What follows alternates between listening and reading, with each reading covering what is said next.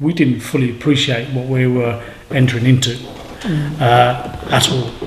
But what we has concluded in what we've done is sort of enhanced and enriched what is the community. Well, we hope we have.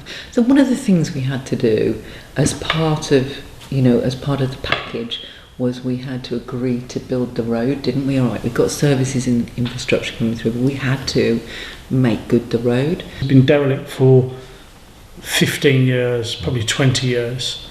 With what we do as our professional careers, saw the opportunity. Next to neighbour Dave, he sort of said, "Look, we'll do it together." So we helped him design his house with him, and he helped with us, the costings and so on. We designed ours ourselves, but we were responsible to bring it all together. So we brought the whole sort of master plan together. We took on board a challenge that was there empty for a long time. We saw with what we do what it could be, because we're visionary people, and people now, or hopefully we've done the village proud in what we've done. People started to talk to us about Tom Mellor, and we didn't know Tom at all.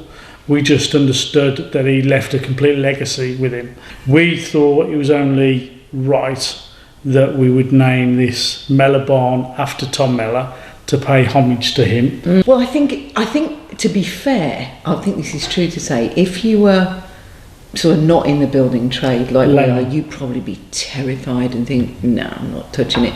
But I think one of the things we could see was the potential. We're sort of conditioned to see the opportunity and see beyond the initial shock.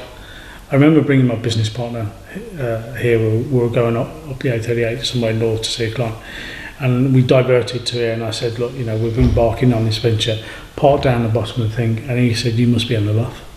How did you, as two professional architects, work together? It was terrible, honestly, Pete. It was a nightmare because we both got different ideas, and I think in those days we met in a practice years ago, 20 odd years ago, 22, however many, and we fought then. Anyway, we got together and we vowed we wouldn't work together again, and that worked out until we bought this place. And I think basically we worked up the scheme. I then left my job in Birmingham for various reasons, but largely I could manage this on a daily basis. When you've got a traditional building, the best way to complement it is to put something contemporary next to it, because you can age it then. And I always say this, they don't want a pastiche. It doesn't need to pretend to be 18th century.